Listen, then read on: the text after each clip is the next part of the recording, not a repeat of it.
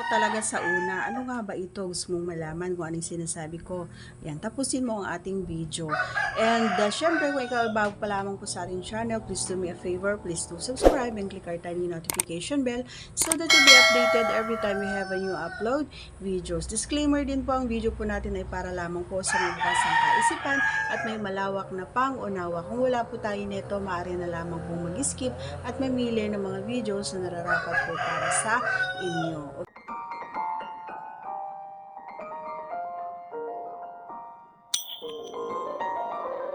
Okay, itong binabanggit natin mga idol ay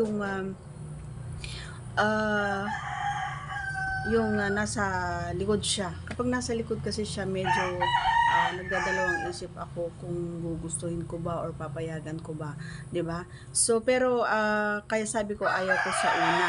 Kasi nga sa una pa lang may kabado ako, and alam ko na hindi ko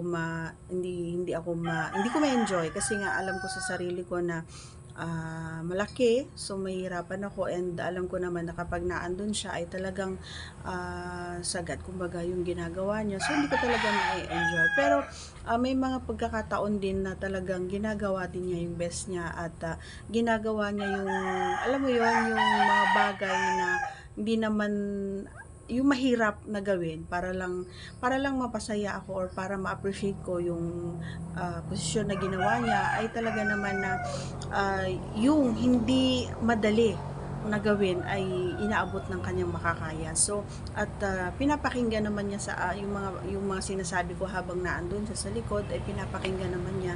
Kapag sinabi kong dahan-dahan lang, huwag mong ibigla, or huwag mong ilalagay lahat, huwag mong itodo hanggang sa dulo, ginagawa naman niya yon. Pero kapag nakikinig siya at yung mga bagay na gusto ko, lalong-lalo na kapag inaabot niya yung nasa harapan natin kahit na nakatalikod tayo, ay hindi ko na namamalayan yung sinasabi ko na sakit or hindi ko na nagugustuhan. Kasi nga on the other hand, kapag ganun yung ginagawa niya na hindi ko na nararamdaman yung sakit, kundi yung na lang yung napapansin ko.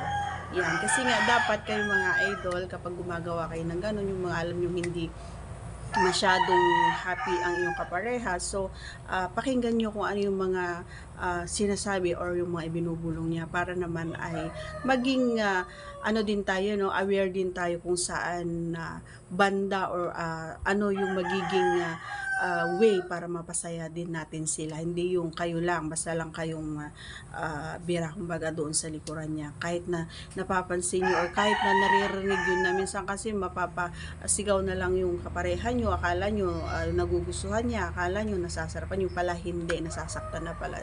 So hayaan nyo din na magsalita siya kung ano yung mga bagay na gusto niya na gawin ninyo habang kayo ay naandun sa likod niya. Or pwede nyo rin siyang i-ask kung ano yung mga pero kapag matagal naman na kayo, alam niyo na yung mga part kung saan ay talaga naman makakatulong na malilimutan niya yung mga sakit na mararamdaman niya every time na naandun kayo sa likod, 'di ba? And hindi lang siguro ako yung nakaka-experience nito, no mga idol, marami na ayaw talaga yung posisyon na ito. So kung gusto mo ang ating kasagutan, maaari na lamang pong subscribe po ang ating channel, please po, and please don't forget to click this notification bell so that you'll be updated every time we have a new upload videos. Thanks for watching, everyone. See you again on our next vlog. Bye!